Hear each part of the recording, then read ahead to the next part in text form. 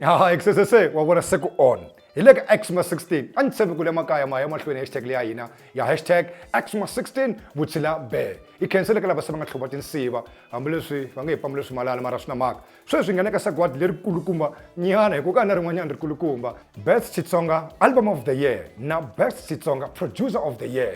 Best Xitsonga album of the year ulo dlaya mana wena hi Dingan David Mathebula.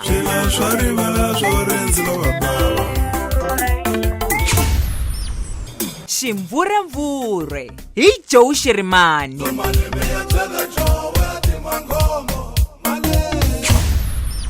Ndambi hi Master Post.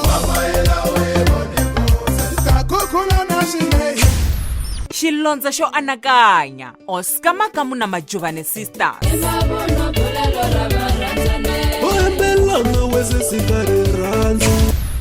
Wutsiki wukhuluka yi Sandlen Chabalala.